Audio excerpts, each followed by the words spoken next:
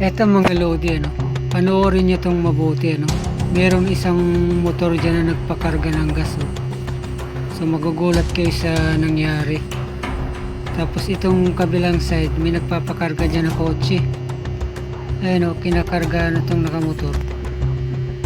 So magugulat tayo sa biglang pangyayari na to, na hindi na inaasahan ng nakamotor.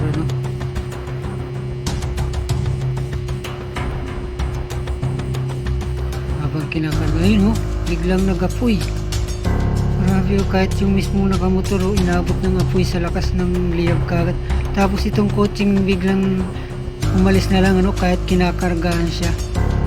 Kita nyo naman yung hose biglang tumalsik pa nga habang nagkakarga ng gas. Napakadelikado din buti na lang napakabilis ng mga tauhan ng mga nagtatrabaho dito sa gasolinahan. Ayun kailangan talaga mapatay ka agad yan dahil gasolinahan to, napakadelikado. Ayun lakas ng apoy. Grabe biglang nagliyab tong motor. So kaya ang dahilan napakadelikado.